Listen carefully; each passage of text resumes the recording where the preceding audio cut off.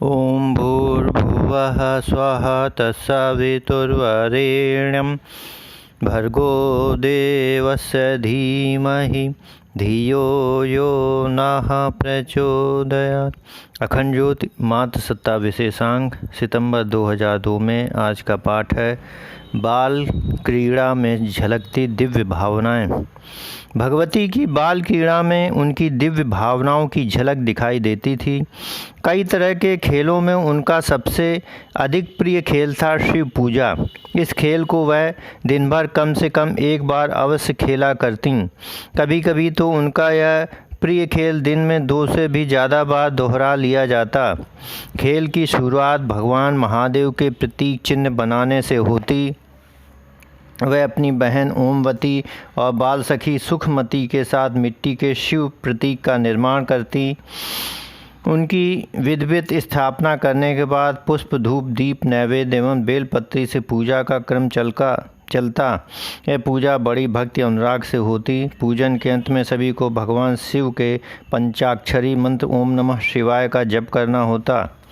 खेल में सहभागिनी अन्य बालिकाओं का जप तो थोड़ी देर में समाप्त हो जाता, लेकिन भाव समाधि में डूबी भगवती काफ़ी देर तक ओम नमः शिवाय का जप करती रहतीं।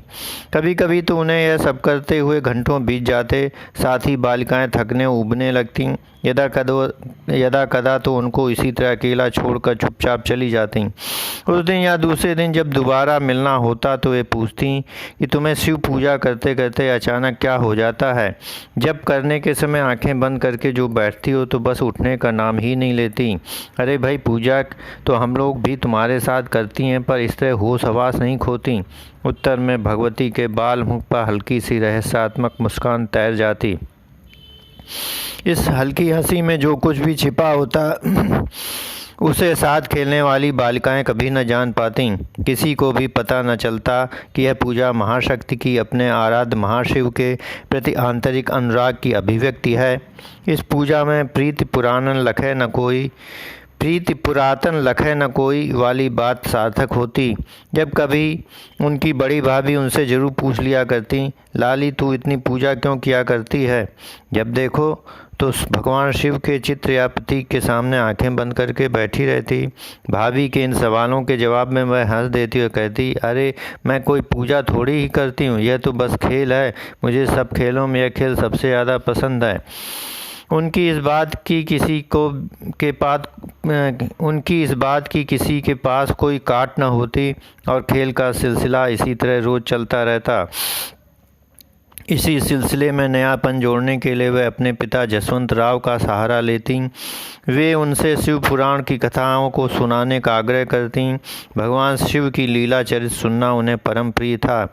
भगवान महाकाल के दिव्य चरित्र का श्रवण उनके मन प्राण एवं अंतरात्मा को भारी सुख पहुंचाता था। वे बार बार इन्हें सुनाने का अनुरोध करती। जसवंत राव भी अपनी लाडली को बड़े ही रसपूर्ण ढंग से महाशिव की लीलाएं सुनाया करते, लेकिन उन्हें यह एहसास कभी न हो पाता कि लीलामयी उनके सामने स्वयं बाल रूप में उपस्थित होकर अपने सर्वस्व का चरित्र सुन रही हैं। इस आंतरिक भाव सत्य से सभी अनजान थे। प्रत्यक्ष सत्य बस इतना ही था कि श्रोता एवं वक्ता दोनों भगवान की लीलाओं को सुनते और कहते हुए भक्ति रस में डूबे रहते। इन शिव लीलाओं के कोई न कोई अंश अगले दिन की शिव पूजा में जुड़ जाते। कभी तो इसमें शिवरात्रि का प्रसंग जुड़ता, कभी इसमें शिव विवाह की कथा जुड़ती। इस तरह खेल में नयापन आता। साथ खेलने वाली बालिकाओं का उत्साह भी बढ़ जाता। सभी को खेल के लिए पूरे जोर शोर से तैयारी करनी पड़ती। उनकी बाल सखी सुखमती तो उनकी सहचरी ही नहीं अनुचरी भी थी। उसे वह प्यार से सुखमन बुलाया करती थीं। सुखमन वही करती जो उसकी प्राण भी सखी भगवती को प्रिय लगता। भगवती के सानिध्य में उसका भी शिव पूजा पर विश्वास जम गया था। शिव पूजा के प्रत्येक कार्य में उसे भी रस मिलने लगा था। बालिका भगवती को तो इस खेल में कई तरह की दिव्य अनुभूतियां भी होने लगी थीं, जिनके अर्थ एवं रहस्य सभी पूरी तरह से प्रकट नहीं हो पाते थे। शिव पूजन करते हुए जब वह भाव मग्न होती तो उनकी अंतर चेतना में कई तरह के दृश्य उभरते थे। उन्हें ऐसा लगता जैसे कि भगवान शिव ने एक गौर वर्ण के लंबे दुबले युवक का रूप ले लिया है। इस युवक की छवि पहले तो थोड़ी अस्पष्ट होती पर बाद में काफ़ी स्पष्ट हो जाती। यह युवक उन्हें प्रायः एक कोठरी में पूजा वेदी पर प्रज्वलित साधना दीप के सामने ध्यानस्थ नजर आता। उसके मुखमंडल पर उन्हें अपूर्व तेजस्विता दिखाई देती। यह दृश्य उनके अंतरंग में बार बार उभरता। वे बार बार इस दृश्य को देखकर आश्चर्य में पड़ जाती। वे सोचती कि शिव पूजा करते हुए उन्हें यह कैसी विचित्र अनुभूति होती है। जब तब यह भी मन में आता कि कहीं ऐसा तो नहीं कि भगवान शिव ने स्वयं अवतार ले लिया है, अपनी सृष्टि में युग प्रत्यावर्तन करने, एक नए युग का प्रवर्तन करने के लिए प्रभु स्वयं आ गए हैं। अपने इस विचार के बारे में वह जब तब सोचती उन्हें सच्चाई नजर आती। बार बार उस महायोगी युवक के रूप में उन्हें भगवान शिव का प्रत्यक्ष स्वरूप दिखाई देता। मन ही मन वह उसे शिव शिव कहते हुए प्रणाम भी कर लेती। पंचाक्षरी मंत्र ओम नमः शिवाय का जप करते हुए जब वे प्रगाढ़ भाव दशा में होती तो उनके मानस पटल पर यह दृश्य प्रत्यक्ष हो जाता। अपनी अंतर चेतना में रोज रोज उपस्थित होने वाले इस साधना रत युवक का उन्होंने अब नामकरण भी कर दिया। महायोगी शिव, यही नाम दिया उन्होंने अपनी भाव समाज में साक्षात्कार होने वाले सत्य का। हालांकि ये महायोगी शिव रोज ही उनकी अंतर भावनाओं में प्रत्यक्ष होते, परंतु अभी तक वे यह नहीं जान पाई थीं कि ये कौन है, कहाँ है, क्या करते हैं। लेकिन जब कभी वे ध्यानरत होती अथवा अपनी शिव पूजा में भावमग्न होती तब उनके हृदय में तीव्र स्फुरण होता था कि ये महायोगी शिव जो कोई भी हों पर ये हैं भगवान शिव ही।